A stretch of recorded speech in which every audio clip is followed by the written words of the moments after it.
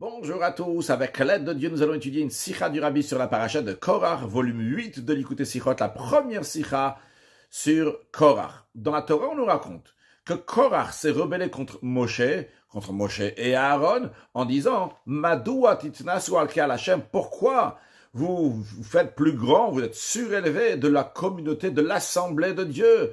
Kol ha'ida kulam kdoshim, toute l'assemblée est sainte, b'tocham Hashem, et Dieu est parmi eux. Pourquoi vous êtes différents des autres? Ça, c'est ce qui est écrit clairement dans la Torah.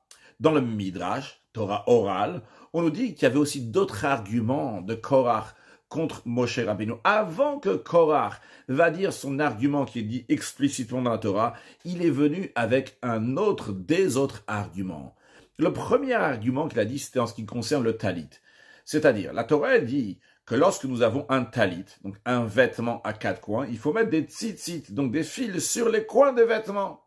Dans ces fils-là, à l'époque, il y avait, comme la Torah le dit clairement à la fin de Parashat Shlach, qu'il faut mettre donc du tchelet, du bleu azur. C'est-à-dire que sur les quatre coins, il y a un fil qui est de bleu azur. Il y a 4 fils en tout, 4 fils de laine, mais il y a un des 4 fils en laine qui est teint, qui a la couleur du bleu azur, qu'aujourd'hui nous n'avons pas, mais en tous les cas, donc il y a ce fil-là en bleu azur. Et le Rabbi nous dit dans la sikha ici, il est écrit dans le Midrash, que Korach, il a commencé son désaccord avec Moshe Rabbeinu en lui disant, dis-moi Moshe, talit shekulat tchelet, un vêtement, le vêtement, il est entièrement en bleu azur. Est-ce que il est exempté de mettre des tzitzit? Est-ce qu'il y a besoin de mettre les fils sur le côté? Le vêtement entier, il est en bleu azur. Moshe Rabbeinu lui a dit oui, il faut oui mettre les fils sur le côté, parmi ces fils, où il y a le fil aussi qui est en bleu azur. Lorsque Korach il a entendu ça, il a dit à Moshe, mais c'est pas logique. Le vêtement, il est entièrement en bleu azur. Tu me dis, il va pas s'acquitter de son devoir qu'il doit avoir ce vêtement-là. Il faut absolument les petits fils qui sont sur le côté. Un fil que tu mets sur le côté, sur les 4 coins, ça va acquitter que le vêtement va être apte à être mis. On pourra le mettre, mais le vêtement, il est déjà entièrement en bleu azur. Pourquoi il y a besoin de mettre des fils de bleu azur sur le côté? Deuxième argument. Suite à cela, il a dit, dis-moi Moshe, une maison qui est remplie de sfarim, qui est remplie de livres de Torah, de Sifrei Torah, est-ce qu'il y a besoin de mettre la mezouza sur la porte de cette maison? Moshe Rabbeinu a dit oui, il faut mettre la mezouza. Korach, il a dit, je comprends pas. Dans toute la Torah, il y a 275 parashiot, 275 passages de la Torah. Et ces 275 passages, tu me dis, ils vont pas acquitter la maison. La maison n'aura pas fait son devoir d'avoir ce qu'il faut. Et juste la mezouza, sur lequel il y a une paracha, il y a un passage. D'ailleurs, le Rabbi, il ramène dans la note 3, comme ça c'est la girsa dans Midrash Rabbah, un passage. Mais dans Tanchuma et dans Yalkut Shimon, il y a écrit qu'il y a 2 passages, ce qui est logique aussi, vu que dans la mezouza, il y a la paracha de Shema et de Verayem Shamoa. Alors il dit, je comprends pas, juste une mezouza, elle va quitter toute la maison alors qu'elle est remplie de Sefer Torah. Tous ces Sefer Torah qui sont dans la maison ne peuvent pas quitter la maison. Donc, conclusion de Korach, il a dit à Moshe, ces choses-là que tu nous dis, tu n'as pas reçu d'ordre de nous le dire. Et c'est toi-même qui les inventes de toi-même. Libra ata bodan, et tu les inventes de ton cœur. Donc, ça, c'était les arguments de Korach. Les commentaires expliquent que Korach, il pensait vraiment sincèrement que c'est évident qu'un talit, un vêtement qui est entièrement en bleu azur, il n'y a pas besoin de mettre les fils de bleu azur sur le côté. Et il pensait vraiment qu'une maison qui est remplie de livres de Torah, il n'y a pas besoin de mettre une mezouza à la porte. Et il était sûr que Moshe aussi allait répondre comme ça. Et en demandant ces 2 questions-là à Korach, il était en train de préparer son coup pour dire, lorsque Moshe Rabbeinu va lui dire qu'il n'y a pas besoin de mettre des tzitzit sur un talit qui est entièrement en bleu azur. Et il va lui dire qu'il n'y a pas besoin de mettre une mezouza, une maison qui est remplie de Sefer Torah. Il pourra répondre, il pourra dire, la même manière qu'un talit qui est entièrement en bleu azur, il n'y a pas besoin de mettre des tzitzit. Et une maison qui est remplie de livres, il n'y a pas besoin de mettre une mezouza. Vu que dans le talit, il y a déjà du bleu azur, vu que dans la maison, il y a déjà plein de passages de la Torah, alors il pourra dire son argument final. Hey, kol ha'ida kulam kdoshim. Toute l'assemblée, elle est entièrement sainte. Ils n'ont pas besoin de la sainteté particulière, exceptionnelle de Aaron. Et donc, madoua titnasu al ke'al Hashem. Pourquoi vous vous élevez, vous vous faites plus grand que tout le reste de l'assemblée? Ça, c'est ce que les commentaires expliquent. Mais le Rabbi n'est pas d'accord sur cette explication. Il dit, c'est pas compréhensible. Si tu me dis que le talit qui est entièrement en bleu azur et la maison qui est entièrement remplie d'olives, c'est la même idée, c'est le même argument dans le fond. Dans ces cas-là, pourquoi Korach il a dû se répéter? Lorsque Korach il a entendu la réponse de Moshe Rabbeinu sur son premier argument, qu'un talit qui est entièrement bleu azur, il faut mettre les fils sur le côté. Alors dans ce cas-là, pourquoi il continue à demander une maison qui est remplie d'olives, est-ce qu'il faut mettre la mezouza? Si c'est vraiment le même raisonnement, ça y est, Korach il a compris le principe. Oui, il faut mettre. Il faut avoir cette petite particularité sur le côté qui donne tout le charme et toute la particularité de la chose. Oui, c'est tzitzit, il change tout le talit. La même chose aussi, la mezouza, elle change toute la maison, même si c'est rempli d'olives.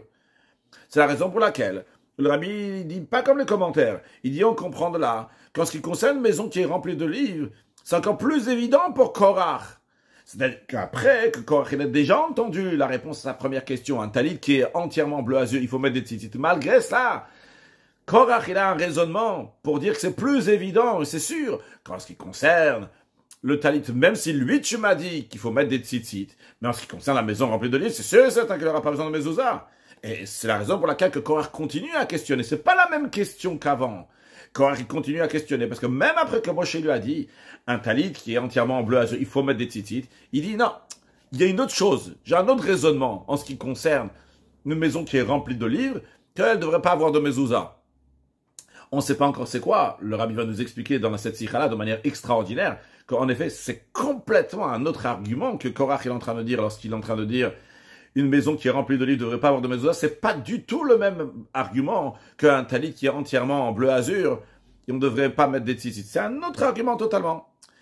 Mais le rabbi fait remarquer que malgré cela, avec quoi il a demandé? Il n'a pas demandé pour une maison qui est remplie d'olives. C'est pas ça sa première question. La première question, elle était un talit qui est entièrement en bleu azur. Pourquoi? Parce que ça, c'est son raisonnement essentiel pour dire que tout le monde, toute l'assemblée, elle est sainte. Et pourquoi vous faites une sainteté particulière pour Aaron, pour Moshe?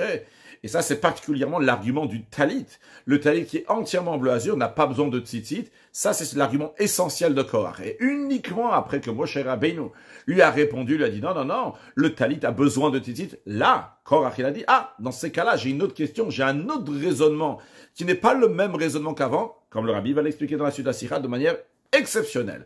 C'est Yves bête. Pour comprendre cela, tout d'abord, le rabbi nous dit, il faut comprendre ce que nos sages disent en ce qui concerne l'assemblée de Korach. Ils ont avoué sur leur erreur et comment ils ont exprimé ça. Il y a écrit dans la Gemara qu'ils ont dit Moshe Emet v'Torato Emet. Des années après, donc quelqu'un les a entendus, Rabba Bachana, qui disait Moshe Emet v'Torato Emet, que Moshe il est vrai et la Torah, les enseignements de Moshe sont vrais. Moshe donc il n'a pas inventé quoi que ce soit. Donc ça c'est leur aveu sur la faute qu'ils ont fait. Mais le rabbi demande. Si on regarde les versets dans le sens simple de la paracha, c'est vrai que Korach est en désaccord sur Moshe, mais essentiellement, c'était quoi leur désaccord, c'était quoi leur problème? C'était Aaron. Et d'ailleurs, quand ils demandaient Madou Titnasu al Ka'al Hashem, quand ils ont dit pourquoi vous vous élevez plus haut que toute l'assemblée de Dieu, qu'est-ce que Moshe leur répond? Il dit, vous savez quoi? Vous tous, inclus Aaron, vous allez faire des encens, et par cela, vous allez voir qui Hachem a choisi, en effet, que Aaron, il a été choisi par Hachem, et c'est lui le grand prêtre. Mais on voit donc de ça, du sens simple des versets de la paracha, que leur argument, sur quoi ils étaient contre, qu'est-ce qui les dérangeait, c'est la prêtrise de Aaron. Ils étaient contre Aaron. De même dans la suite de la paracha. Les sujets qui arrivent suite à ce désaccord de Korach, ils sont écrits dans la paracha de Korach, ils sont liés avec la prêtrise de Aaron. Que ça soit le fait que le bâton d'Aaron a fleuri, que ça soit que Dieu dit aux Kohanim de faire attention que des étrangers vont pas rentrer dans le temple, que ça soit l'ordre de donner des cadeaux aux Kohanim, quelqu'un il a un animal, il donne certaines parties aux Kohanim, etc. Tout ça c'est lié donc avec la prêtrise de Aaron. Donc c'est pas compréhensible, vu que le désaccord essentiel de l'assemblée de Korach était contre Aaron, pourquoi lorsqu'ils font tchouva, lorsqu'ils avouent leur faute, ils disent Moshe, que Moshe il est vrai. Ils auraient dû dire Torah, Emet. La Torah, l'enseignement de Moshe, c'est vrai. Pourquoi il Moshe? Que Moshe, lui, il est Emet. Ils n'avaient rien contre Moshe, ils avaient contre les enseignements de Moshe. Que Moshe a dit que Aaron, ça va être le grand prêtre. C'est Yves Gimel, le rabbi nous dit. On retrouve encore un plus grand étonnement en ce qui concerne donc, ce désaccord de Korach et son assemblée. Il y a écrit dans la Gemara que quand la marzig machloket over belaf, que quiconque persiste dans une querelle, il transgresse une interdiction. Pourquoi? Parce que la Torah dit Velo que Korach vechadato, qu'il ne faut pas être comme Korach et son assemblée. Korach représente la machloket. Mais a priori, le rabbi demande la faute de Korach, C'était quoi? C'était pas la machloket a priori. C'était pas juste être en désaccord. C'était pas juste la querelle. C'était qu'ils étaient contre la prêtrise de Aaron. Ils étaient contre le fait de dire que tout ce que Moshe Rabbeinu dit, c'est véridique. Ils disent non, Moshe Rabbeinu a inventé des choses. Comment on peut apprendre de là que tout celui qui persiste dans une querelle, eh bien, il transgresse d'être comme Korach? Mais à l'instant, Korach, a priori, Korach n'est pas quelqu'un de querelle, il a juste un problème, il n'est pas d'accord, alors que Moshe Rabbeinu l'a dit, il a un problème avec la prêtrise de Aaron, il dit pourquoi c'est Aaron, lui le Cohen? Alors le fait que la Gemara nous dit ça, que tout celui qui persiste dans une querelle, eh bien, il transgresse une interdiction. Eh bien, il y a de quoi de dire que la faute de Korah et son assemblée, l'essentiel, c'est quoi le problème? C'est que c'est une machloket, c'est un désaccord, c'est une querelle. Comme d'ailleurs Rashi, le commentaire de Rashi, dit au début de la paracha, lorsque Vayipol Alpana, lorsque Moshe Rabbeinu tomba sur sa face, lorsqu'il a entendu l'argument de Korah, il a écrit que Moshe, il s'est pas bouleversé parce que Korah n'était pas d'accord envers lui, ou bien parce que Korah n'était pas d'accord que Aaron soit le grand prêtre. Qu'est-ce qu'il a affolé, qu'est-ce qu'il a bouleversé? Rashi dit, pourquoi Vayipol Alpana, pourquoi il est tombé sur sa face? Parce que Mipnei ha-machloket, à cause de la dispute, du désaccord, de cette querelle. Et comme c'est expliqué dans le Midrash, la raison pourquoi Datan et Aviram, ils ont été frappés aussi avec Korach, parce que le Midrash dit, ils étaient voisins au Baal ha-machloket. Baal ha-machloket, c'est le propriétaire, littéralement, de la dispute, de la querelle. C'est-à-dire quelqu'un qui fait de la querelle. Donc on voit, oui, que Korach, c'est quoi le vrai problème? Le fond de Korach, c'est la querelle. Et d'ailleurs, ça correspond aussi avec les mots du début de la paracha écrit, Vayikar Korach.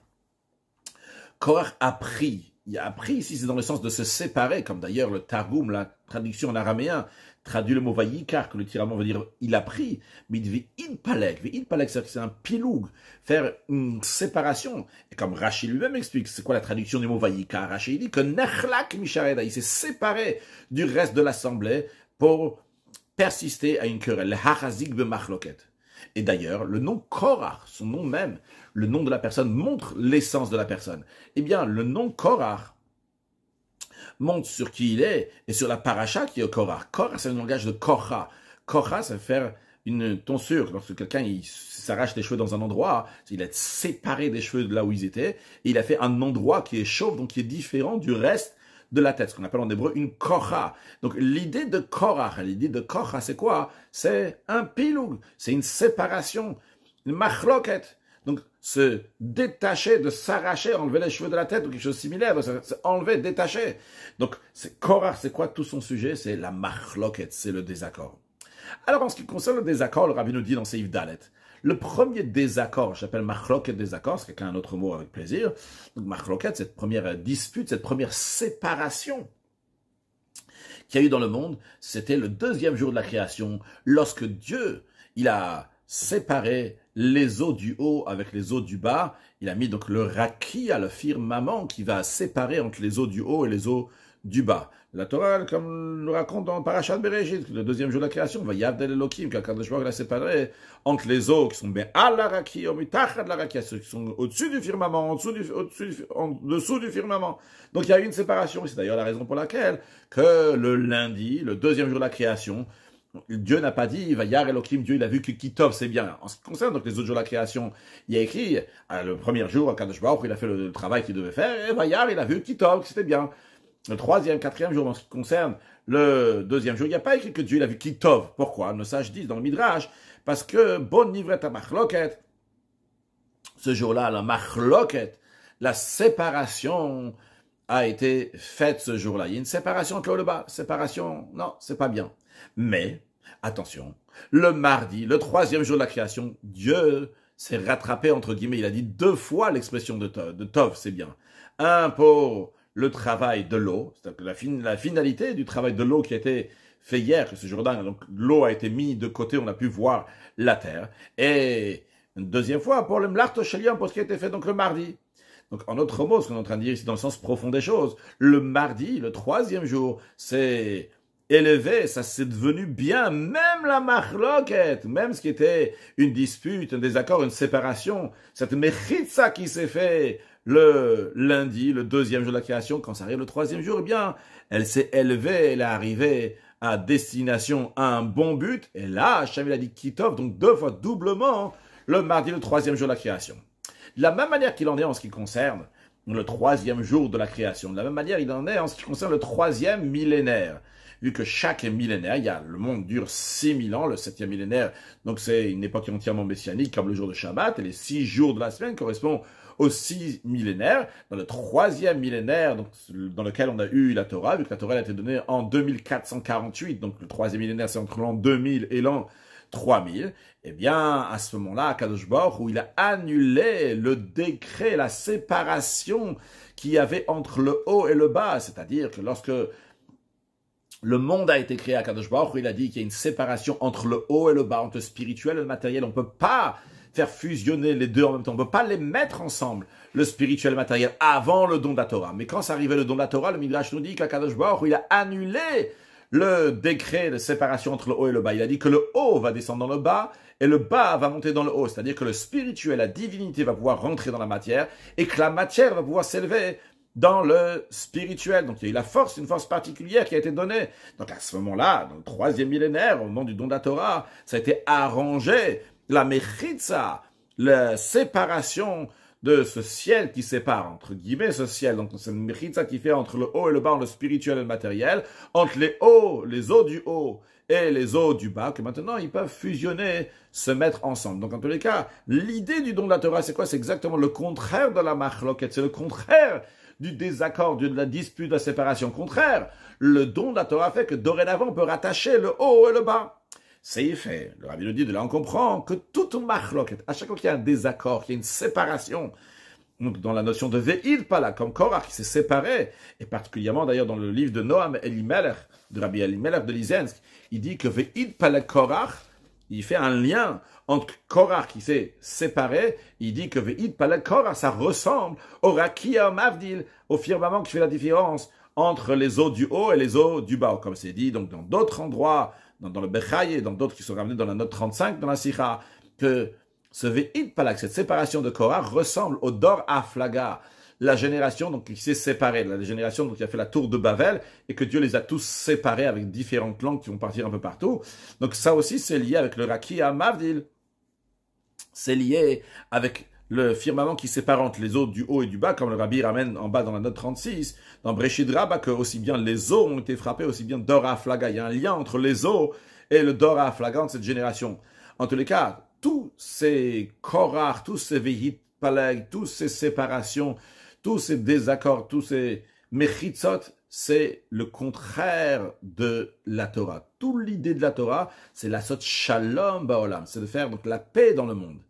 Eh bien, c'est la raison pour laquelle que tout celui qui est en mode de querelle, de séparation, de désaccord, de mechitza, c'est le contraire de la Torah, et c'est le contraire de Moshe, que Moshe, toute son existence, c'est la Torah. La Torah est appelée au nom de Moshe, quand on dit Zichut Torah Moshe Avdi, souvenez-vous de la Torah de Moshe, mon serviteur, parce que Moshe et la Torah sont une seule chose.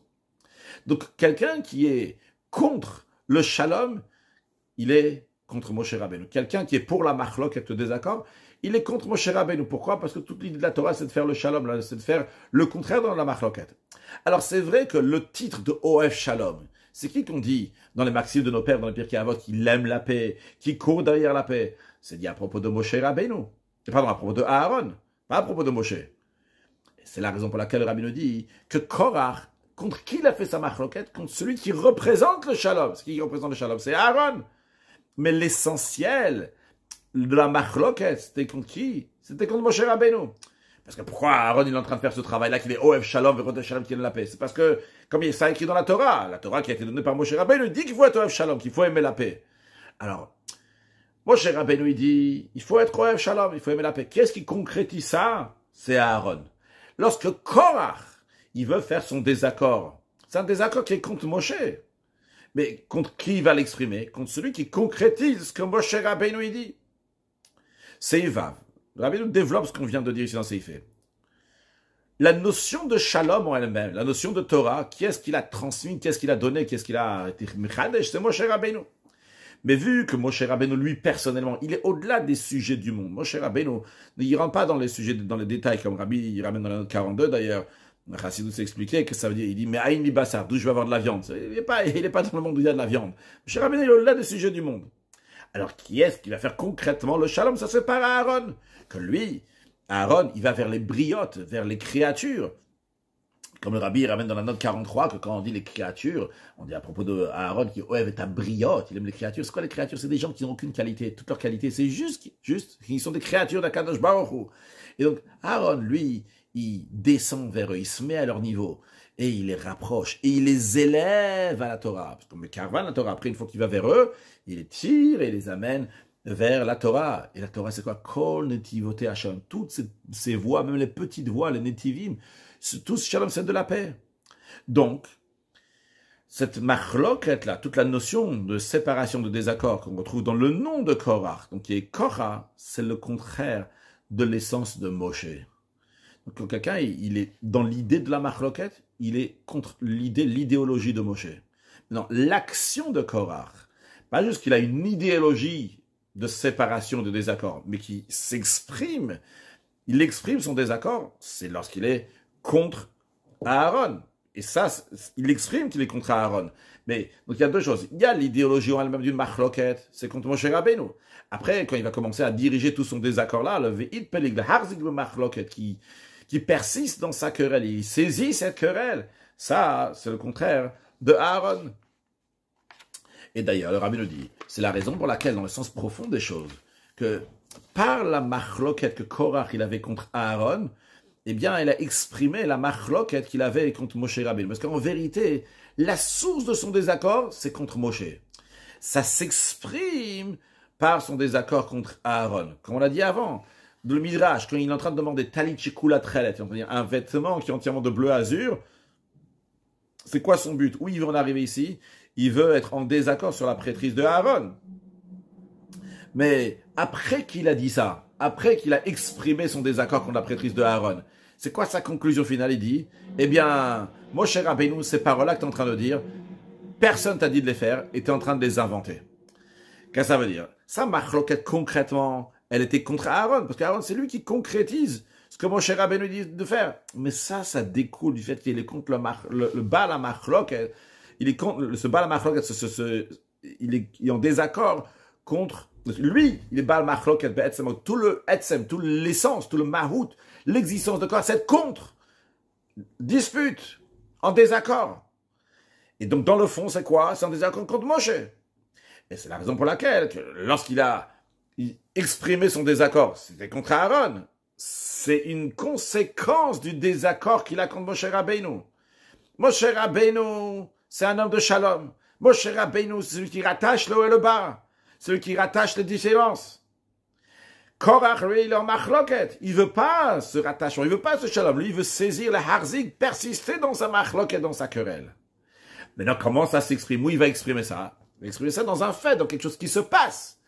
Qu'est-ce qui se passe? C'est Aaron. Qu'est-ce qu'il est en train de faire, Aaron? Lui, il est, shalom, il exprime, en effet, le shalom. Mais Korach, il dit non, je suis pas d'accord sur ce shalom, je suis pas d'accord sur cette paix, sur rattachement du haut de bas. Moi, je suis un Korach, moi, je suis un Baal Machloket, moi, je suis quelqu'un qui cherche la séparation. Alors, Aaron, il fait ça, je suis contre lui. Mais en vérité, en exprimant que je suis contre lui, il est en train d'exprimer son idéologie principale, qui est contre Moshe. Son idéologie principale, c'est la Machloket, c'est le Korach Kocha.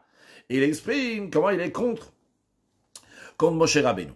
Maintenant, vu que Marshav Atrila, elle s'exprime sauf Maaseh, oui, c'est l'expression qu'on dit dans le Piyut de l'Echadodi du vendredi soir, on dit sauf Maaseh, Marshav Atrila, que la fin de l'action, elle est Marshav Atrila. C'est-à-dire que quand quelqu'un, il a un projet en pensée, quand est-ce que ce projet-là va se concrétiser? Sauf Maaseh, lorsqu'on arrive à la fin de l'action. Mais la fin, elle est liée au début, le début à la fin.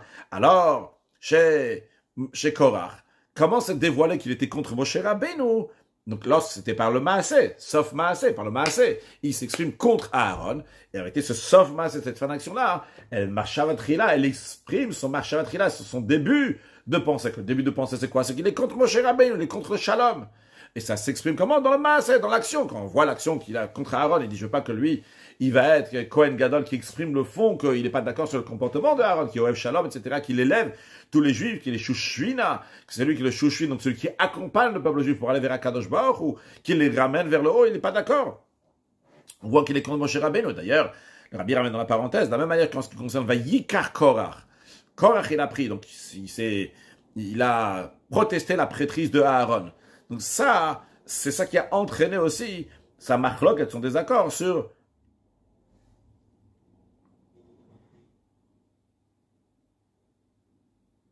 donc d'abord, il a parlé de Trelet et Mezouza. D'abord, il est venu chez Moshe Rabbeinu, il a parlé donc de certaines choses. Il a parlé de Talit qui est entièrement Trelet. Après, il a parlé de Mezouza, dans une maison qui est entièrement remplie de Sfarim. Et après, il est arrivé à expliquer, il a dit, ah, tu vois, je suis pas d'accord avec la prêtrise de Aaron. Qu'est-ce qu'on voit? C'est quoi l'idée? C'est qu'il a commencé avec différents arguments pour exprimer une idéologie et après exprimer concrètement sa marloquette contre Aaron. Donc on voit cette idée-là. Il a une idéologie, et avant de l'exprimer, il dit, je vais donner d'autres questions.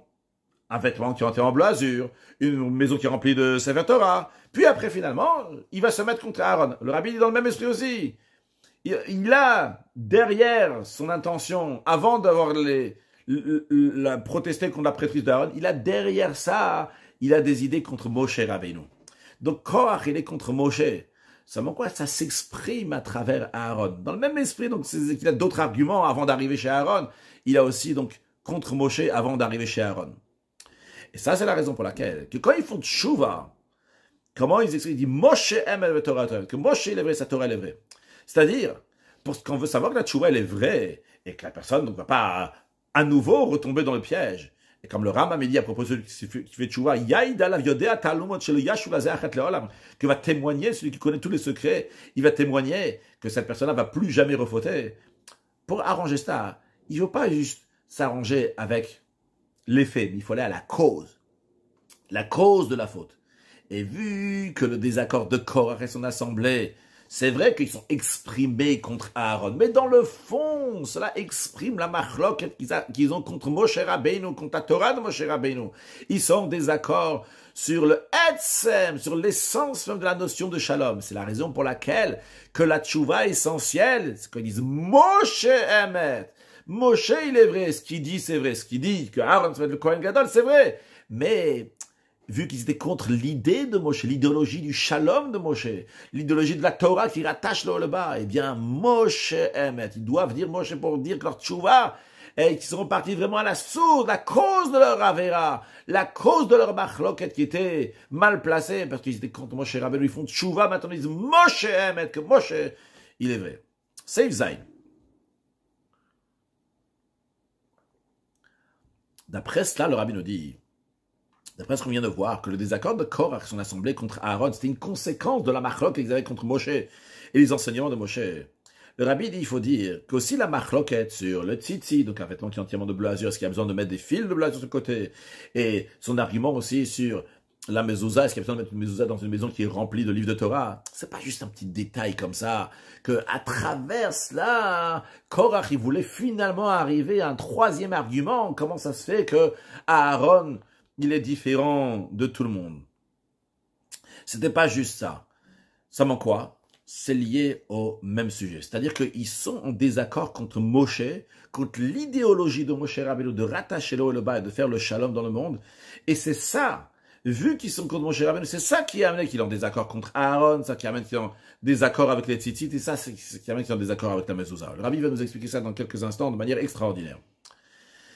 Le rabbi, avant de nous expliquer ça, il nous dit encore une chose. Vu que ces trois sujets-là, ces trois manières dans lesquelles s'exprime la marloquette de Korach, donc, que ce soit par Aaron, que ce soit par les tzitzit, que ce soit par la mezouza, eh bien, il faut dire, l'exirsuzogen, le rabbi dit, c'est logique de dire, sûrement, que à travers ces choses-là, donc, quand on dit Korach, c'est pas juste la marloquette, juste quand on a expliqué dans la sirah jusqu'à présent, c'est que le nom Korach vient du langage de Korach, qui veut dire une marloquette, un désaccord. Mais le rabbi dit plus que ça. Les trois sujets, justement, de Aaron, tzitzit et mezouza, ces trois sujets-là, ils expriment la marloquette concrètement. La différence, elle est que le mot Korach représente la marloquette en général, désaccord en général. Et après, quand on rentre dans les détails de cette marloquette-là, il y a le kouf, il y a le resh, le chet de Korach. Chacun d'eux vient exprimer un autre point, une autre forme de marloquette, de désaccord contre l'idée du don de la Torah. C'est Ifret. Au moment du don de la Torah, ça se fait que la Torah, elle est descendue dans ce monde-là matériel, dans ce monde ici-bas. Non pas comme avant le don de la Torah. La Torah, elle était là-haut. Oui, le chidouche essentiel du don de la Torah, c'est quoi? C'est que la Torah, elle est descendue ici-bas. La Torah, elle existait, elle était déjà même étudiée par les patriarches avant le don de la Torah. Qu'est-ce qui s'est passé au don de la Torah que maintenant la Torah nous a été donnée à nous ici-bas dans ce monde matériel? À ce moment-là, au moment du don de la Torah, c'est arrêté, c'est annulé la xéra, le décret, mais aussi xéra dans le langage de coupure, cette mechitza, cette barrière qu'il y avait entre le haut et le bas, comme on a ramené tout à l'heure dans Seif Dalet, donc l'idée du Midrash, que le Midrash il dit qu'au moment du don de la Torah, Hashem il a dit que Elyon, Imir, de la Tartonim, le haut vont descendre en bas et le bas vont aller en haut. À ce moment-là, à partir du don de la Torah, le monde, il a été comme il se le doit, comme d'ailleurs nos sages de mémoire bénis le disent sur le verset Yom HaShishi. Il n'y a pas écrit dans le 6e jour de la création Yom Shishi, il y a écrit Yom HaShishi, le 6e jour. Eh bien, ce Yom HaShishi, le 6e jour, fait référence, pas juste au 6e jour de la création, mais fait référence au 6e jour du mois de Sivan, lorsque la Torah elle a été donnée, qu'à ce moment-là, le monde, il est arrivé à sa perfection, là où il devait arriver. Maintenant, ça, c'est ce que a fait Matan Torah. Matan Torah a fait que maintenant, il y a un lien entre l'eau et le bas. Il y a le shalom entre l'eau et le bas. Le monde arrive à sa perfection, enfin. Mais Korach, il veut repartir en arrière. Il peut Korach. Korach, il est en désaccord. Lui, il est contre la paix. Il est contre le chemin de la Torah, que Kol Netivoté, à Shalom, que tous ses voies sont des voies de paix. Lui, il veut la machloket. Lui, il veut le désaccord. Lui, il a fait qu'à nouveau, il va y avoir la mechitza, la barrière, le désaccord, la décret qu'il y avait avant Matan Torah. C'est-à-dire que lui, il voulait annuler, changer ce qui s'est fait dans ce monde-là à Matan Torah. Et ça s'exprime dans les 3 lettres de Korach. Kouf, Resh, Chet. Tout d'abord à savoir, il est écrit dans la Gemara que ce monde-là, il a été créé avec la lettre E, sous la forme d'un lettre E. Il ressemble à la lettre E. Donc, la lettre E, elle a une barre en haut, une barre à droite et une barre à gauche. La barre du haut et de droite sont rattachées et la barre de gauche est séparée. C'est-à-dire la barre de gauche du He n'est pas collée au toit de la barre du haut qu'il y a dans le He. Maintenant, Kouf, Resh, Chet, ces 3 lettres-là de Korach ressemblent à la lettre He. Vu que Korach, son ignan, son sujet, c'est quoi? C'est changer ce monde matériel. Il ne veut pas que le chidouche de Matan Torah va avoir lieu. C'est la raison pour laquelle que ces manières de changer sont dans le Kouf, dans le Resh, le Chet. L'essentiel, ça ne soit pas le He. Il n'est pas d'accord que ça soit un He. Les 3 barres du He, c'est expliqué dans la Kabbalah, dans la Chassidoute, que la barre du haut représente la pensée, la barre de droite représente la parole, et la barre de gauche représente l'action. C'est d'ailleurs la raison pour laquelle que la barre de gauche n'est pas rattachée au toit avec le He. En effet, il y a une différence, il y a une séparation entre la pensée, parole et l'action. D'ailleurs, on peut voir, quelqu'un il pense, quelqu'un il parle, après pour passer à l'action, il y a une petite pause, ça ne passe pas directement comme ça à l'action. Passer à l'action, c'est encore tout un processus. Mais non, ce changement-là, dans ces 3 lettres, le Korach, par rapport à la lettre He, c'est essentiellement, systématiquement, où est-ce qu'on retrouve qu'il y a un problème dans le Kouf, dans le Resh, dans le Chet par rapport au He? C'est dans la barre de gauche. Là-bas, c'est toujours que se trouve le problème. Dans le Kouf, la barre de gauche, elle va trop bas. Elle n'est pas alignée avec la barre de droite. Dans le Resh, la barre de gauche n'existe pas du tout. Et dans la lettre Chet, la barre de gauche remonte jusqu'en haut. Elle est alignée avec la barre de droite vers le haut. Elle monte jusqu'au toit du He, donc qui fait que ça devient un Chet. Alors, le Rabbi nous a dit que Korach, de manière générale, ça représente le désaccord. Puis le Kouf, Resh, Chet, ça représente la machloket de manière plus détaillée, qui s'exprime, comme on verra de manière plus précise après dans la suite, dans les 3 machloket qu'il avait, celle contre Aaron, contre la mezouza et contre le tzitzit et contre la mezouza. On verra après de manière exacte qu'est-ce qui correspond à quoi. Mais on va voir que tout ça c'est lié avec le désaccord, lié avec le chidouche, la particularité du don de la Torah. Et tout d'abord, on a parlé de chibur elyon et vetartonim, de faire un lien entre le haut et le bas. Le Rabbi nous dit dans Seif Tet. Dans ce lien-là entre le haut et le bas, il y a 2 choses. Premièrement, il faut savoir qu'il faut servir Dieu ici-bas, dans ce monde matériel, à tel point que l'action, c'est l'essentiel. Et comme la Dora Zakan explique longuement dans le Tanya, quand il explique le but de la création du monde, qui est de dire à Betarton de faire une demeure à Dieu ici-bas. Cette demeure à Dieu ici-bas ne se fait pas tellement par l'étude de la Torah, parce que l'étude de la Torah est dans la pensée, dans la parole. Mais essentiellement, comment on fait la demeure à Dieu ici-bas, c'est par l'accomplissement des mitzvot dans l'action. Encore plus que ça, dans l'action même, il y a une particularité quand c'est même pas dans une mitzvah. Une mitzvah, c'est déjà quelque chose donc, qui est prêt pour servir Hachem, des tefilines, des tzitzit, etc. Mais quand on prend des choses qui sont facultatives, et là-bas aussi, on les élève à Kadosh Baruch Hu, eh bien, à ce moment-là, on a pris quelque chose qui est très matériel, grossier. Là-bas aussi, on a amené la divinité, c'est extraordinaire. On a amené la divinité dans quelque chose qui est très matériel. Donc, particulièrement par le travail, servir Dieu dans les sujets qui sont facultatifs, c'est ma'asecha, kol ma'asecha leshem shamaim. Toutes tes actions, c'est tes affaires. Mais tu les fais leshem shamaim pour Akadosh Baruch Hu, bechol drachecha, c'est tes voies, tes chemins. Et là-bas aussi, da'e, ou là-bas aussi, tu songes à Dieu, tu penses à Dieu, tu retrouves Dieu. Par cela, on élève des niveaux très inférieurs dans la matière dans le monde. Et ça, c'est la particularité des commerçants par rapport à ceux qui étudient la Torah. Ceux qui sont dans le monde, les Baalei Asakim par rapport à ceux qui sont Yoshve Oel. Ceux qui sont Baalei Asakim, chez eux particulièrement, il y a la particularité de Emtsa'er Habachut, une expression, un verset dans le Shirachim de Cantique des Cantiques qui dit « Je vais te trouver dehors ». Qui est-ce qui retrouve Dieu dehors, à l'extérieur, dans le monde matériel, non pas dans les livres de Torah et dans la sainteté, dans le monde, dans la matière? C'est qui? C'est celui qui a affaire avec le monde. Donc la première des choses à savoir, c'est que il faut qu'il y ait un monde matériel, un tartonim, dire un tartonim, il demeure à Dieu ici-bas dans les choses matérielles. Donc ça, c'est un point. Mais d'un autre côté, il faut savoir que ce tartonim, ce bas, il doit être rattaché avec le haut.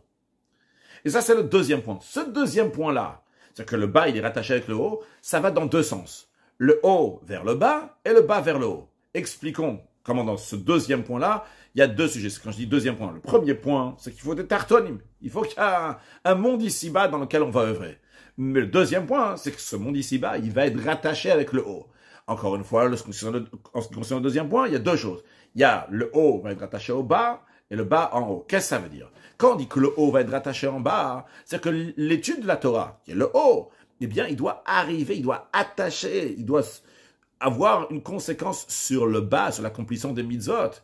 C'est-à-dire que quand quelqu'un il va faire une mitzvah, quelqu'un il va aller dans le monde pour faire quelque chose, il doit faire attention de la faire comme la Torah lui a dit, comme le Elyonim, le haut, le supérieur lui a dit. Il y a des règles comment élever cette matière, comment avoir affaire avec ce monde-là. Parce que si la personne, il va pas étudier la Torah, il va pas amener la Torah dans son action, eh bien à ce moment-là, il va pas être sûr que son action, elle va être contrôlée, elle va être faite comme la Torah lui dit de faire. C'est possible qu'il va faire une mitzvah qui est de manière qui est le contraire de la mitzvah. Lui, il pense avoir fait une mitzvah, mais c'est pas une mitzvah parce qu'il n'a pas fait comme il fallait. Le Elyon, le haut, l'étude de la Torah n'a pas atteint l'endroit de sa mitzvah. Sa mitzvah n'a pas été faite comme il fallait. Et particulièrement, lorsqu'il ne s'agit pas du mitzvah, mais il s'agit des sujets qui sont facultatifs, sur lesquels il n'y a pas écrit clairement dans la Torah comment il faut faire. C'est sûr que la personne doit faire très très très attention que ces sujets qui sont facultatifs ne vont pas toucher les moments d'étude de la Torah, comme il est expliqué dans les lois de Talmud Torah, etc. Donc, ce que le Rabbi dit clairement dans la Sira, j'ai rajouté quelque chose, c'est clairement dans la Sira, c'est que quand on a affaire avec les Nyan et Archou dans les sujets facultatifs, faire attention que ça ne va pas toucher le Elyon, ça ne va pas toucher le haut, les cours de Torah. Ce que j'ai rajouté, c'est que quand il y a la mitzvah, encore, tu amènes ici la Torah dans la mitzvah. Mais il faut faire attention, c'est que la Torah, elle va arriver, pas juste dans la mitzvah, mais dans le Divrei Archou, dans les sujets qui sont facultatifs. L'Elyonim, ou la Tartonim. Le haut va descendre dans le bas, la Torah va descendre dans le sujet. Tous les sujets qui sont en bas, que ce soit la mitzvah, que ce soit les sujets facultatifs. Donc ça, c'est le rattachement du haut vers le bas. Puis, il y a aussi le rattachement du bas vers le haut. C'est pas suffisant que le bas va se concrétiser basé sur le contrôle du haut, comme la Torah lui dit de faire. Mais il faut aussi que les tartonim, ceux qui sont en bas, vont avoir un désir, une volonté de s'élever, d'aller vers l'Elyon, d'aller vers le haut. C'est vrai que Hamas et Waïkar, c'est vrai que l'action c'est l'essentiel, c'est vrai qu'il faut être dans le monde de l'action, dira Betartonim. Mais malgré cela, un Baalesek, un commerçant, celui qui a affaire en ce monde matériel, il doit savoir, il doit bien se rappeler dans sa tête. C'est vrai qu'il est en train de faire une demeure ici-bas, mais il est en bas, n'oublie pas que tu es en bas. Et tu dois avoir cette volonté, ce désir d'aspirer vers le haut, d'aller vers le haut. Et cette volonté doit être tellement forte, à tel point qu'elle va même s'exprimer de temps en temps, qu'il va se détacher de son commerce, de ses affaires matérielles, et il va se comporter comme si c'était quelqu'un qui étudie la Torah, qui est entièrement baigné dans l'étude de la Torah. Bien, dans ces têtes, on a vu trois choses. Premièrement, il faut qu'il y ait un tarton, il faut qu'il y ait un monde ici-bas. Deuxièmement, il faut que ce tarton va être rattaché avec le Elyon, avec le haut. Dans le premier sens, que le haut va impacter le bas, que le haut, la Torah, va dire comment on se comporte dans le bas dans la mitzvah. Et deuxièmement, que le bas va se rattacher vers le haut. C'est-à-dire que le bas, il réalise qu'il est en train de faire quelque chose d'extraordinaire, mais malgré ça, il doit savoir qu'il est quand même en bas. Et il a le devoir d'avoir un désir d'aller vers le haut, d'aspirer vers l'étude de la Torah, tellement que ça va s'exprimer concrètement. Il dit, je lâche tout, là, je vais étudier. Seif Yud, le Rabbi nous dit, ces 3 points-là. Le premier, qu'il faut qu'il y ait un bas. Deuxièmement, il faut que le bas va être dirigé vers le haut. Troisièmement, que le bas va vouloir aller vers le haut. On le retrouve dans la lettre He. Le côté gauche de la lettre He, qui correspond à l'action, elle y est. Il y a le tarton. Elle est là. Le côté gauche, on a dit, c'est l'action. Il est là, dans le He. Deuxièmement, cette barre-là de gauche, l'action, elle est alignée avec la barre de droite.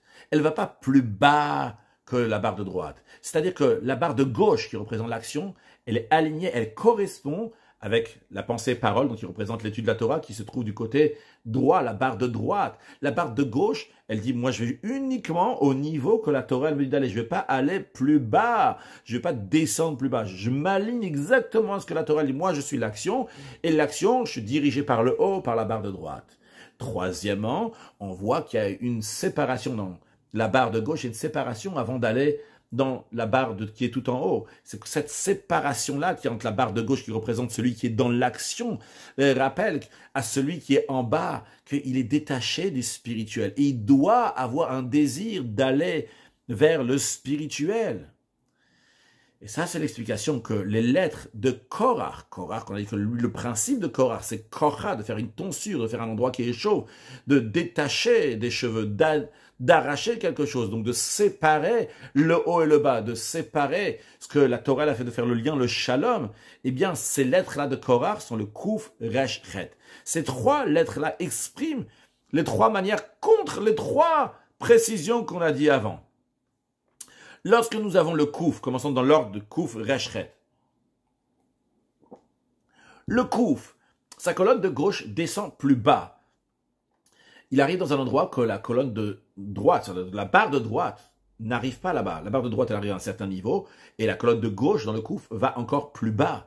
Qu'est-ce que ça veut dire? C'est que moi, je suis pas d'accord. Quel tu me dis, Elionim, Yerdula Tartonim, tu me dis que moi, en bas, dans l'action, je dois être dirigé par le haut, par la barre de droite, par le spirituel qui va me dire jusqu'à où aller.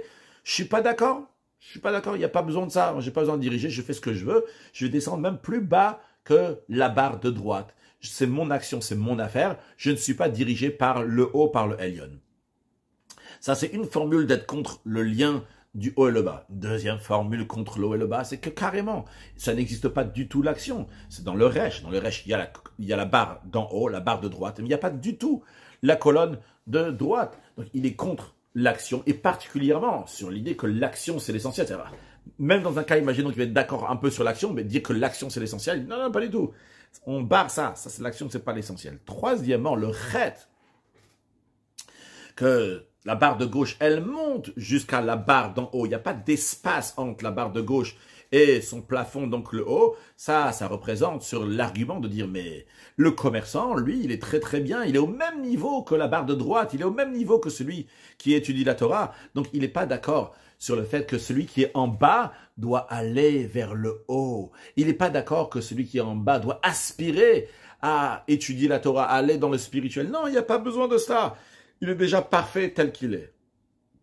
Seif Yud Aleph. Le Rabbi nous a bien expliqué dans les lettres, dans le Kouf, dans le Resh et le Chet, comment ça correspond à contrer le He, comment ça correspond à contrer toute l'idée qu'il y a un bas, que le bas doit être influencé par le haut et que le bas doit aller vers le haut.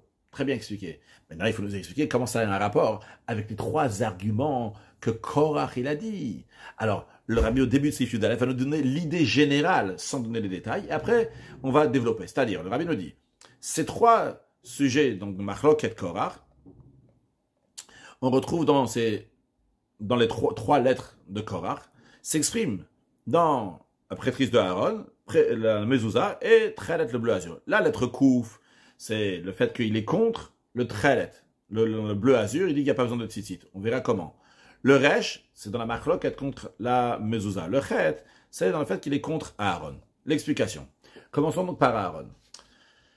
Aaron, c'est un Kohen Gadol, c'est un grand prêtre. Grand prêtre, il est saint. Déjà, un Kohen en général, il est distingué, séparé des sujets de ce monde-là. Il est uniquement dans des sujets de Gdusha, et particulièrement quand on ne parle pas juste d'un Kohen ordinaire, c'est un Kohen qui est comme Aaron, qui est un Kohen Gadol, un grand prêtre, à propos duquel il est dit, Umina Migdash lo yetze, il ne sort pas du temple. Le Kohen Gadol est entièrement dans la Gdusha constamment, il ne sort pas de la Gdusha de la santé, ça n'existe pas chez lui des sujets profanes. Maintenant, nous, qui font la Torah, qui ne sont pas comme Korach, qu'est-ce qu'on dit? On dit chaque juif, il doit tout faire. Qu'est-ce que ça veut dire il doit tout faire? Même un juif simple, il doit être de temps en temps comme un Kohen Gadol, il doit se séparer des sujets du monde. Il ça y est, maintenant je suis un Kohen, je plonge dans la Torah, je plonge dans la prière, je plonge dans un autre monde, je me sépare de la matière. Pour un moment, je ressemble au Kohen Gadol pour un moment de ma vie. Sur ça, Korach, il dit, non, Korach, le chef de Korach, il dit, mais non, Korach, kulam gdoshim. Tous ceux qui ont affaire avec le sujet de ce monde-là, ils font ça évidemment, le Shem Shamaim, pour servir Dieu, eh bien ils sont gdoshim, ils sont saints. On ne parle pas de quelqu'un qui juste qui mange, qui boit, qui fait du commerce. Il est en train de manger pour servir Dieu, il est en train de faire du commerce pour servir Dieu. Tous ces gens-là, gdoshim, pas seulement qui sont saints, ou betocham Hashem. Dans eux, il y a Hashem. De manière plus précise, Havaye. Havaye, c'est le Yud qui va après le tétragramme, qui représente le Shem HaEtzem, le nom de l'essence de Dieu. Et qu'est-ce que ça veut dire Betocham Havaye, comme c'est expliqué dans Chassidut, que ça s'exprime dans l'action? Où est-ce que vient le Havaye, le Etzem, l'essence d'Akadosh Baruch Hu? C'est uniquement quand on est dans l'action, par des sujets spirituels, je donne par exemple par amour de Dieu, crainte de Dieu, tout ce qui est spirituel, par cela on a seulement des gilouim, ce qu'on appelle des dévoilements, des niveaux de divinité. Mais tu veux avoir affaire avec Atzmut, avec l'essence d'Akadosh Baruch, c'est par le Maaseh Mitzvah, c'est dans l'action, par raffiner les choses matérielles qui sont tout à fait facultatives, comme ces commerçants le font, les gens qui sont dans le monde le font. Et donc, Korach et son assemblée disent Umadou atitnasu. Il y a le sens simple de Madoua Titnasu, pourquoi vous, Moshe Aaron, vous vous élevez. Mais dans la deuxième explication, l'explication plus profonde, chassidique, Madoua Titnasu, pourquoi vous voulez que Kol Haïd, à toute l'assemblée qu'on vient de parler, Titnasu, vous allez vous élever. Pourquoi on leur demande de s'élever, d'aspirer de temps en temps à être comme un Kohen Gadol? Au contraire, Betacham Havaye, Dieu il est dans la matière, Dieu il est dans l'action. Qu'est-ce que tu me parles maintenant d'un Kohen Gadol, et que je dois être comme la barre gauche du Hé, qui a une séparation, je suis dans l'action, et je dois aspirer pour essayer d'arriver à un niveau plus haut, me détacher de mon matériel et d'aller vers le Kohen Gadol, et d'aller vers le spirituel. Je suis très bien, je suis au même niveau, je suis un chet. Ma barre de gauche, mon action, elle est exactement comme la barre de droite, comme ceux qui sont dans le spirituel. Il n'y a pas besoin d'un Kohen Gadol, il n'y a pas besoin d'être Kohen Gadol. Bien que dans la note 68, le Rabbi dit, on pourrait demander, mais eux-mêmes, ils demandent d'être Kohen Gadol. Le Rabbi dit, c'est vrai, mais eux, ils demandaient, parce que les 250 personnes qui étaient avec Korach, ils voulaient aussi être Kohen Gadol. Bikashtem gam keuna, Moshe Rabbeinu leur dit. Mais ils demandaient une keuna, une prêtrise, non pas comme celle de Aaron. Justement, il dit une prêtrise, que chacun son tour. Il n'y a pas un comme ça qui est minamitash loyet, qui est extrêmement saint, qui est entièrement différent des autres. Nous tous, on va pouvoir comme ça jouer le rôle de temps en temps. Mais c'est pas une prêtrise qui se sépare totalement des sujets du monde. Sur ça, ils n'étaient pas d'accord. Ça, c'est l'idée du chet. La barre de droite, le spirituel, le Kohen Gadol, la Torah, l'amour de Dieu, la crainte, toutes ces belles choses-là, spirituelles, tout ça, ils correspondent à la barre de gauche. D'après lui, en tous les cas, comme ça, il dit le chet de Korach. Il dit, il n'y a pas besoin que le tartonim yalola lion, il n'y a pas besoin que le bas va aspirer pour aller vers le haut, que celui qui est dans le commerce, dans les affaires, dans le monde, il va vouloir aller de temps en temps se séparer. Pas besoin, il est déjà parfait comme il est. Ça, donc c'est le chet de Korach qui correspond à l'argument de Korach contre la prêtrise de Aaron. Après, c'est Yudbet, le rabbi nous dit, le lien entre la lettre Kouf et Resh, au fait que Korach est contre le Tchelet, donc un vêtement qui était bleu azur, il n'y a pas besoin de mettre des tzitzit, et par rapport à la mesure. L'explication est la suivante. Quand on parle de talit, donc c'est un vêtement, ça représente un niveau de makif. Makif, c'est quelque chose qui entoure. Oui, dans le Chassidut, c'est expliqué. Il y a ce qu'on mange. Mange, c'est pnimi. Ça rentre à l'intérieur de la personne. Bipnimiout, intérieurement. Ça s'unit avec la personne. Et il y a ce qui est makif, ce qui entoure. Donc, comme un vêtement, c'est quelque chose qui entoure la personne.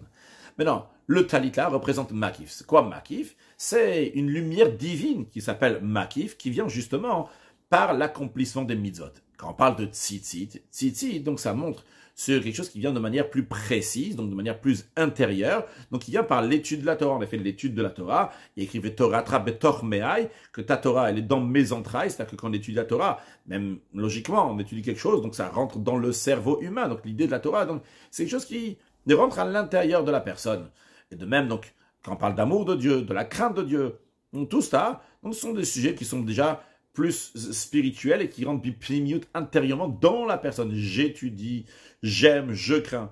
Par contre, la mitzvah, donc la mitzvah, c'est quelque chose donc, qui est extérieur à la personne et qui amène spirituellement à un niveau qui s'appelle makif. Maintenant, Korach, il dit à Moshe Rabbeinu les choses suivantes. Il dit, ok, en général, je suis d'accord qu'un talit, je suis d'accord que l'accomplissement des mitzvot, en général, a besoin de tzitzit. En général, ça a besoin donc de l'étude de la Torah, de l'amour de Dieu, de la crainte de Dieu, en effet. Parce que si quelqu'un ne va pas étudier, il ne va pas savoir comment accomplir la mitzvah. Si quelqu'un ne va pas se travailler avec l'amour de Dieu, la crainte de Dieu, eh bien, ces mitzvot vont tout à fait matériels, sans aucun sens. Il n'y a pas de... Il y a rien d'autre, juste une action. Mais moi, quand je demande ma question, quand on a quelqu'un qui a un talit shikula tchelet, il a un vêtement qui est entièrement bleu azur. L'expression de tchelet, de bleu azur, en hébreu tchelet, c'est le langage de kilayon. Kilayon, qui est entièrement en train de... Exaltation, je crois on dit en français, il aspire totalement à la divinité. Il est totalement annulé à Hachem, il a un tchelet. Donc quelqu'un, il fait les mitzvot. Il est déjà imprégné du tchelet, il est déjà imprégné de kilayon, c'est-à-dire que chez ce juif-là, il a la lumière d'un neshama qui éclaire très fortement. Il a la emuna pshuta, c'est un simple juif qui exprime vraiment sa emuna, sa foi en Dieu. Il a kabbalatol, il reçoit le jour de Kadosh Baruch Hu. Ce juif-là, il est déjà très très bien. Alors Korach, il dit, ce talit-là, il n'a pas besoin de tzitzit.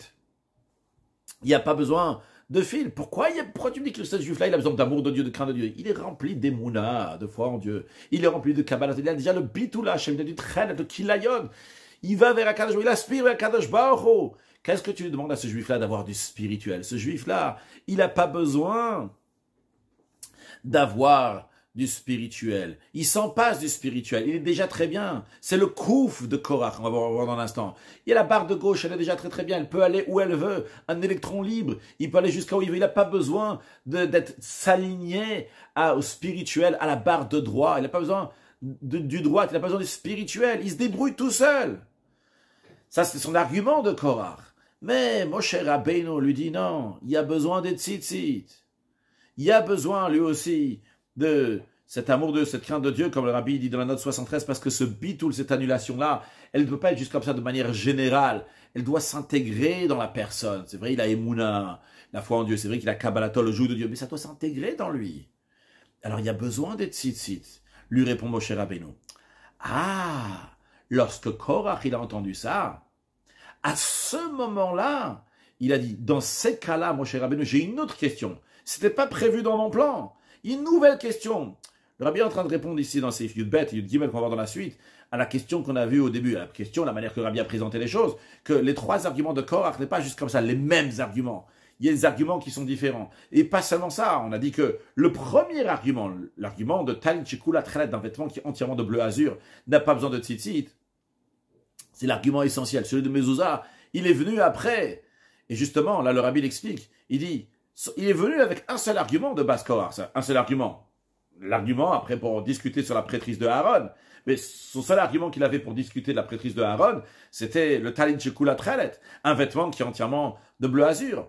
C'est quoi l'idée de Talit Shikula Tchelet? Qu'il n'y a pas besoin de spirituel. On se débrouille très bien avec l'action. D'ailleurs, c'est basé avec ce que le Rabbi explique dans une autre sira, que Korach, il est venu avec son argument suite aux Meraglim. Les Meraglim, c'était les explorateurs qu'on a pris dans la paracha précédente. Et leur erreur, c'est expliqué dans Chassidut qu'eux, ils ont dit, il faut rester dans le désert, dans le spirituel, il n'y a pas besoin de passer à l'action, dans le monde de l'action.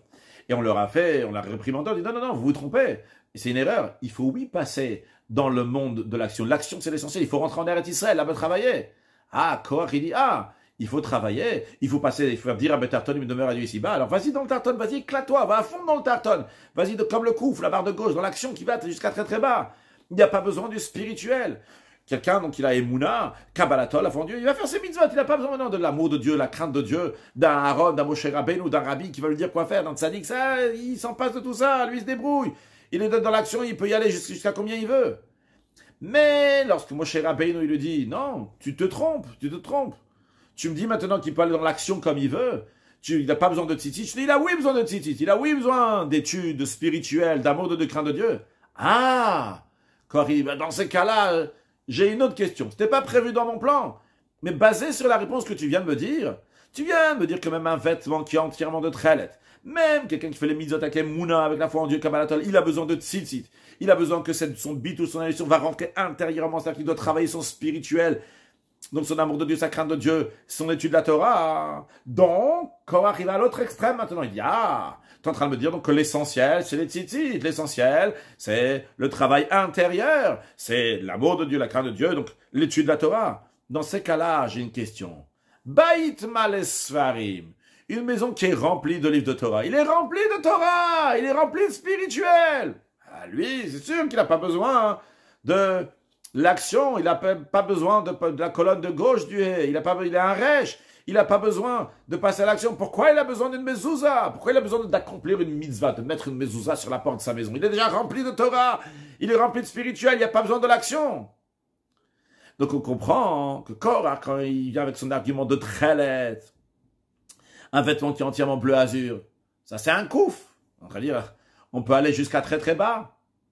Dans l'action, il n'y a pas besoin que l'action, elle va s'aligner avec la barre de droite, avec le spirituel, avec l'étude de la Torah, avec l'amour de Dieu, la crainte de Dieu. Quand Moshe Rabbeinu dit non, il doit oui avoir l'amour de Dieu, la crainte de Dieu et l'étude de la Torah. Korach en déduit, ça c'est l'essentiel, c'est le spirituel. Dans ces cas-là, le reste, il est bon. Dans ces cas-là, il n'y a pas besoin du tout de l'action. Quelqu'un qui est rempli de Sefer Torah, il est rempli d'amour et de crainte de Dieu, il n'a pas besoin de passer à l'action. C'est Yud Gimel. D'après ce qu'on a dit, on va comprendre pourquoi Korach il a demandé à nouveau sur une maison remplie de livres, même après que Moshe Rabbeinu lui avait répondu qu'un talit qui est entièrement de tchel, de l'oiseau, il a besoin de tzitzit. A priori, d'après les commentaires, c'était la même idée. Oui, bon, s'il y a de manière générale, il y a tout ce qu'il faut, c'est entièrement bleu, le vêtement, il n'y a pas besoin de mettre des bleus sur le côté. C'est la maison le remplie de Sefer Torah, il n'y a pas besoin de mettre une mezouza. A priori, on avait l'impression que c'était la même chose. Alors, dans ces cas-là, la question était au début de la sira, pourquoi il s'est répété, pourquoi il a redemandé? Mais la Bible dit bien que c'est deux choses qui sont basées sur le même principe. Comme ça, on avait l'impression. Mais en vérité, c'est pas ça. C'est pas du tout deux choses qui sont basées sur le même principe. C'est deux raisonnements qui sont complètement différents. Moshe Rabbeinu lui a répondu, Chayav et Betzitzit. Et quand il a répondu ça, justement, il dit, Chayav et Betzitzit. Il y a besoin d'amour de Dieu, de crainte de Dieu. Il y a besoin d'étude de la Torah. Il y a besoin de spirituel. S'il y a besoin de spirituel, dans ce cas-là, j'ai une autre question. C'est pas la même question. Au contraire, c'est une autre question. Mon question est, dans ces cas-là, on peut se contenter d'entièrement spirituel. Bait malesfarim, il est rempli de spirituel. Il n'y a pas besoin de la mitzvah, d'une mezouza. D'après ça, on comprend aussi, avec évidence, avec simplicité, pourquoi son argument, il est d'abord talit shekulat chelet, et pas bait malesfarim. Oui, parce que tout à l'heure, on a dit que le premier argument, c'était un vêtement qui est entièrement bleu azur, est-ce qu'il y a besoin de mettre les fils bleu azur? Après, son deuxième argument était en ce qui concerne la maison remplie de Sefer Torah. Et on a dit que le raisonnement sur Bait Malesfarim, a priori, il a l'air plus logique, il est plus évident. Et c'est pour ça que même après que Moshe Rabbeinu lui a répondu qu'un talit qui est entièrement bleu azur, il y a besoin de mettre des tzitzit, il a quand même demandé une autre question parce que il y a une évidence qu'a priori n'a pas été répondue par la première question. D'après ce qu'on a dit, on a très bien compris, parce que c'est pas juste une évidence qui n'a pas été répondue, c'est une autre question totalement. Et pas seulement cette autre question, c'est une question qui s'est éveillée uniquement après la réponse de Moshe Rabbeinu. Comme on a dit tout à l'heure, c'était pas dans le plan de Korach de demander ça. Lui, son argument, c'était contre Aaron.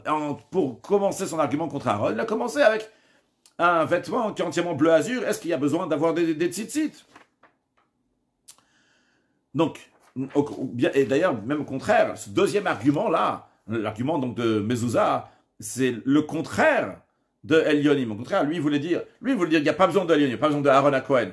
Quand il dit une maison qui est remplie de Sefer Torah, il n'y a pas besoin de tzitzit, ça devrait dire qu'il y a oui besoin d'un Aaron à Cohen, donc c'est pas du tout le sujet dans lequel il voulait discuter. Et là, Machloket contre Aaron, et il veut dire l'essentiel c'est quoi? C'est les tartonim, c'est ceux qui sont en bas, c'est ceux qui sont dans le monde matériel, ceux qui font du commerce, ceux qui sont betoch hamavai, ils sont dans l'action et c'est pas Aaron. Mais quand il est en train d'argumenter la mezouza, c'était pas du tout dans son plan, parce que c'est pas du tout dans son plan, c'est même pas avec l'idéologie de que Korach vient de base pour dire que l'essentiel c'est le bas. Au contraire, quand il dit qu'il y a mezouza, c'est que l'essentiel c'est le haut, donc on comprend pourquoi Korach il est venu de base, quel argument essentiel? Talit shekulat chelet, un vêtement qui est entièrement de chelet. Donc il est dans l'action bien comme il faut. Il n'a pas besoin d'un Aaron et d'un Moshe Rabbeinu, il n'a pas besoin de spirituel. Ça, c'était son argument essentiel. Juste quand Moshe Rabbeinu a répondu, il a eu une autre question. À la derrière, au passage, il a demandé aussi à Moshe Rabbeinu. Moshe Rabbeinu aussi lui a répondu. Maintenant, le Rabbeinu dit dans Seif Yudalet que malgré que Korach il est venu avec trois arguments, qu'est-ce que la Torah écrite nous dit uniquement l'argument de Korach contre la prêtrise de Aaron. C'est vrai que dans la Torah orale, on nous raconte aussi qu'il est en désaccord sur le tzitzit, sur la mezouza. Mais tout ça, c'est uniquement une introduction pour sa question finale. Madoua titnasu. Pourquoi Aaron, il est différent? Il a une prêtrise, donc il a c'est une très grande sainteté. Donc le rabbi nous dit, on comprend que le désaccord contre la prêtrise de Aaron, donc en d'autres mots, le désaccord de corps sur le chet, que la barre de droite et gauche sont exactement la même, ceux qui sont dans le matériel, ils sont exactement comme ceux qui sont dans le spirituel, eh bien ça, c'est le pire de tout. Ça, c'est la Torah, elle te raconte ça, parce que ça, fais attention, c'est une marloquette qui est terrible, qui est encore plus que les autres. Encore plus que la marloquette du kouf et du resh, encore plus que celui qui dit que l'action, il n'a pas besoin du tout, ou bien encore plus que celui qui dit que le kouf, il descend très très bas. Pourquoi? Comment ça se fait que la Torah nous précise ça? A priori, on peut dire, bon, ça va. Et au moins, il fait l'action, juste il pense qu'il n'y a pas besoin d'aller vers le haut. Mais pourquoi la Torah ne dit pas le kouf? Catastrophique, le kouf, il descend en bas, comme ça, il fait ce qu'il a envie, il s'aligne pas du tout à ce que la Torah dit, il va dans l'action. Pourquoi la Torah ne parle pas du resh? Le resh, celui-là, il dit qu'il n'y a pas besoin de faire l'action. Pourquoi la Torah ne parle juste du chet? Le rabbi dit non, dans un certain sens, le chet, il est pire que tous. Pourquoi? Parce que quand quelqu'un, il est fortement dans la matière, comme le kouf, c'est la barre de gauche, l'action, elle va être très très bas. Il réalise qu'il est très très bas. C'est sûr qu'il va faire tchouva. De même, lorsqu'il est plongé dans le sujet spirituel, quand on le retrouve dans la lettre resh, c'est vrai qu'il ne ressent pas qu'il est dans un niveau très très bas. Mais sachant que l'essentiel, c'est faire les mitzvot, matériellement. Finalement, ce juif-là, il fera tchouva un jour, il va réaliser qu'il est dans l'erreur. Un jour, il va dire, ça va plus du tout, je suis parti trop loin dans la matière, ou bien je suis pas la matière, masewaïka. Donc il fera tchouva, ce juif-là. Mais quand quelqu'un y pense que tout va bien, je me comporte bien, je suis un grand tzaddik, je suis comme un Kohen Gadol, je suis comme un grand prêtre, le chet, la barre de gauche, l'action dans laquelle je suis, elle est comme la barre de droite, comme le Kohen Gadol. Et au contraire, chez moi, betocham avaye, il y a Avaye qui est avec moi. Cette personne-là, elle peut continuer à rêver toute sa vie et rester dans son erreur. Ah, et a priori, il a raison.